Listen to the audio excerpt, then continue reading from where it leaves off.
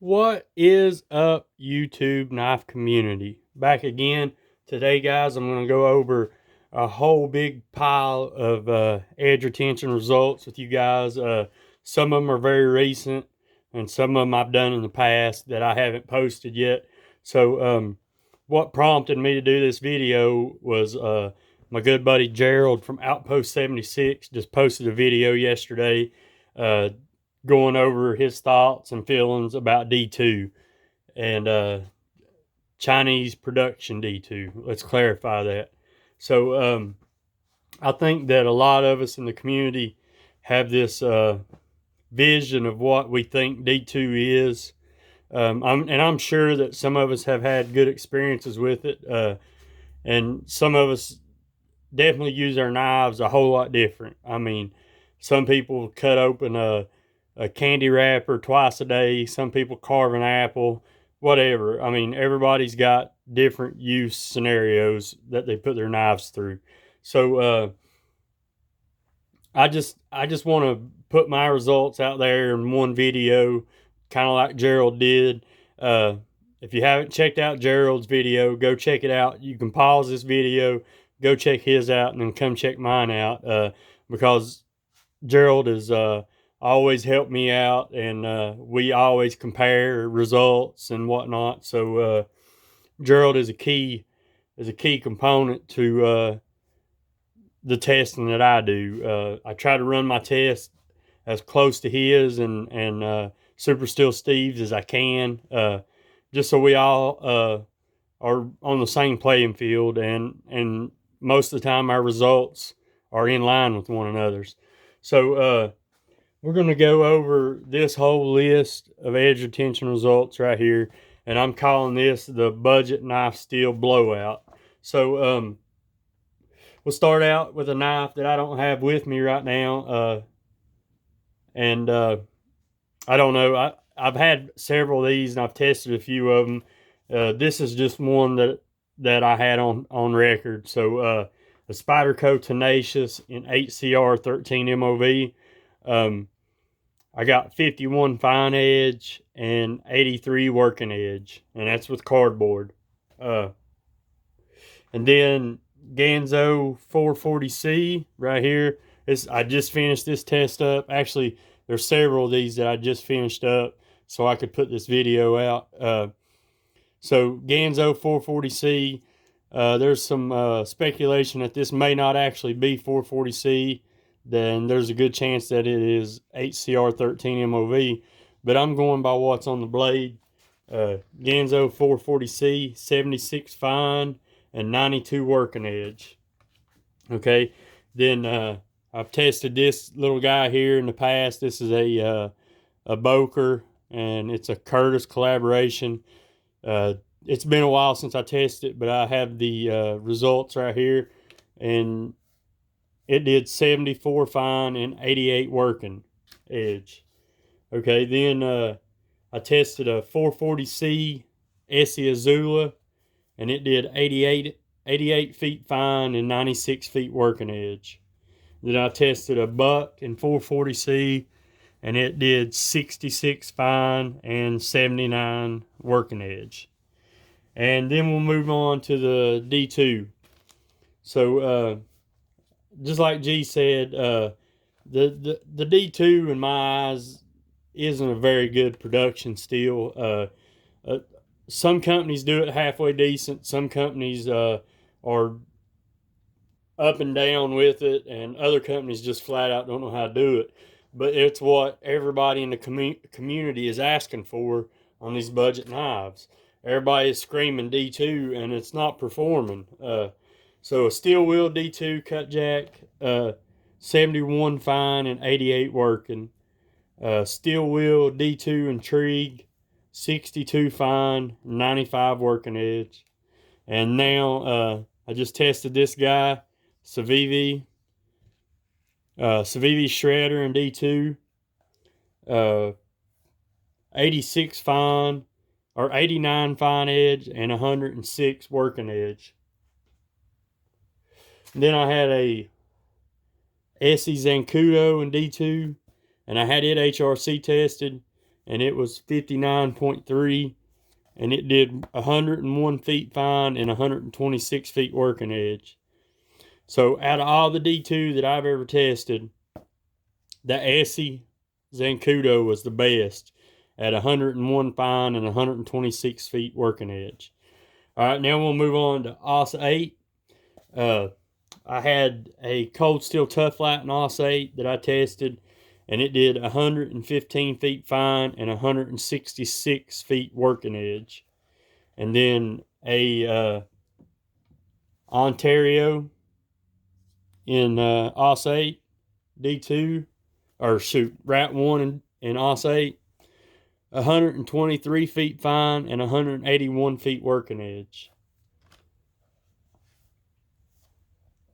Okay, I forgot to lay one up here that I just finished testing. This was a Tucson in D2, and it did 89 fine and 106 working. Okay, so now we're moving on to OS 8.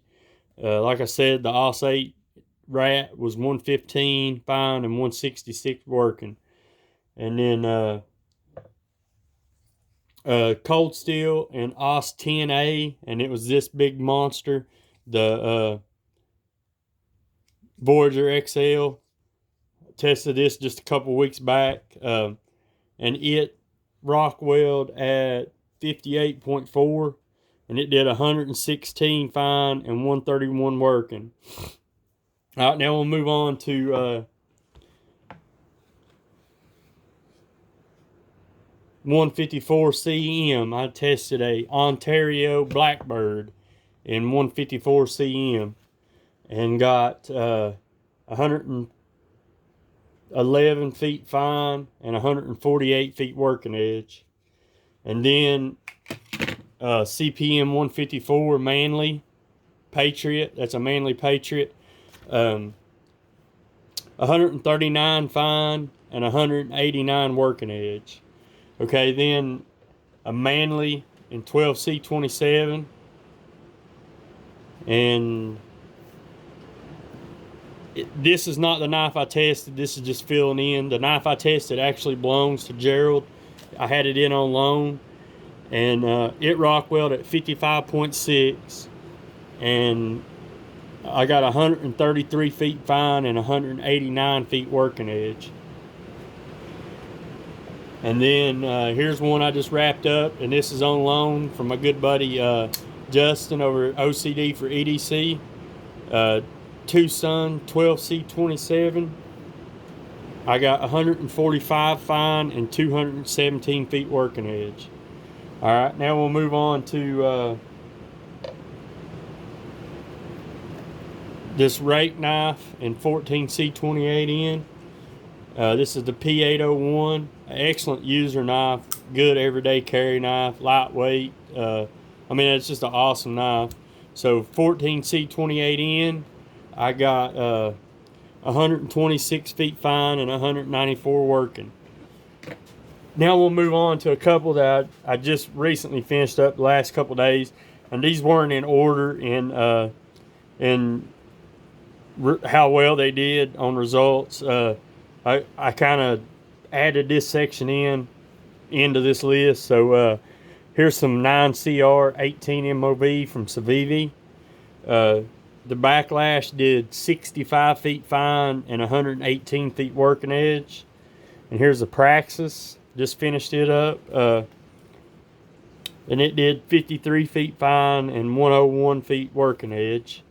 And then I just released the video on these 3 Pro lights.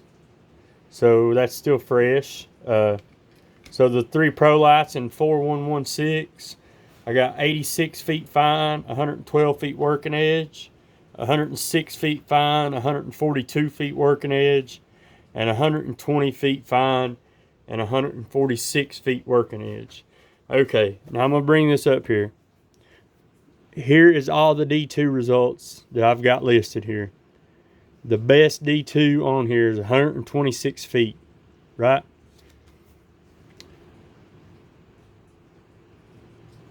The 4116 beat D2. The 9CR is just a few feet less. So 9CR is coming in just as good as D2 on edge retention. You got and these 440C knives, they're only a couple of them's only like, actually the Essie is right on point with D2. I mean, then 12C27 and 14C28N, we all know how great that stuff is. Well, most of us do. That steel is definitely my favorite budget steel. And I'm going to take this camera and I'm going to fan around here for just a second to prove to you guys that I'm actually cutting cardboard. So this is just today's testing. Just on the few knives you see on the table that have the blue tape on them. That is from that testing. Just so you know, I'm not feeding you full of shit, and I actually am testing these knives. So yeah, the D2 that everybody has come to love, well, a lot of people have come to love, it's just not what you think it is. It's not what it's advertised as. It just doesn't perform as well as a lot of people thinks it does. And like I said, I know some of you guys really enjoy D2, and for you guys that do enjoy it and have had good experiences with it, that's fine. It fits into your everyday carry. I'm not trying to guide anybody to any steel or any knife or anything of that nature. I'm just saying that in my testing results, in Gerald's testing results, in Tom Hosang Outdoors testing results, go check out Tom if you haven't, in Super Steel Steve's test results, we're all coming up with the same thing. And the common denominator is that D2 is definitely one of the lesser budget steels.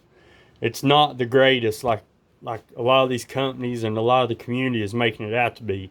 You can get a lot better for the same price. You can get a lot better for cheaper in some cases. Here's a mail call I got from today. This is a Tucson, my very first one that belongs to me. And this one is in 14C28N. This knife is built like a brick shit house. See how thick that is? It feels good in the hand. The clip works. And it's 14C28N. And I know that Tucson does a good job with 14C28N because Kurt's tested a lot of it. And I've tested their 12C27 on cardboard and it performs. So I have no doubt that their 14C28N will perform too. I mean, maybe not as good, because in my experience, 12C27 does a little bit better than 14C28. Now, I don't know if that's just the difference in the way companies heat treated or what, but I actually preferred 12C27. So, yeah, I mean, that's about all I got. I just wanted to throw these test results out there. And one more time, we'll fan through the book so you can, or I'll post it, put it right here so you can pause and read, screenshot, and you can look through all this stuff. Hopefully you can read my chicken scratch. But there's all the results from my testing. Yeah, I think that that we all should be asking for a different steel in our budget knives.